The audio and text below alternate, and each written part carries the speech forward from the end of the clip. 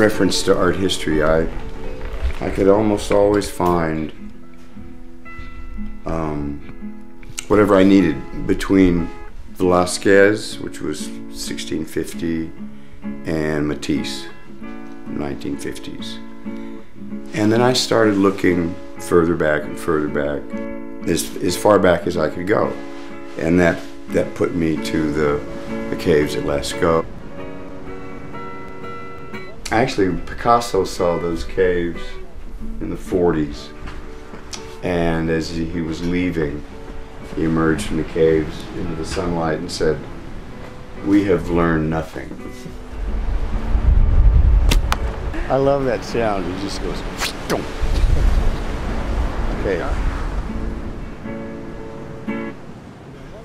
And then my thought was, what made men or women make the first art? What was the impulse? Why did they do it? When did they do it? And what was that line between Cro-Magnon man and modern man?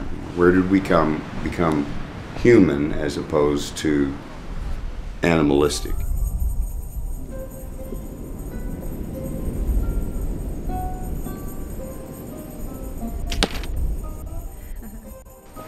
To answer your question, it is going to be a book.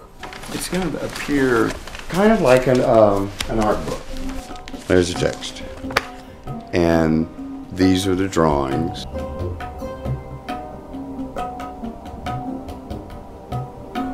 Everything that I've been doing the last year is all going into the book.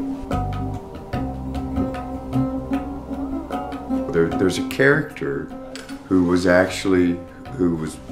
born in the caves at Lascaux, who grew up there, and was a fictional character, but who was one of the first artists. But he doesn't age or die, so he goes through history and shows up in the Hamptons in the present moment. So this setting is really, it goes from 30,000 years ago, 20,000 years ago, to the turn of the 21st century. Hey.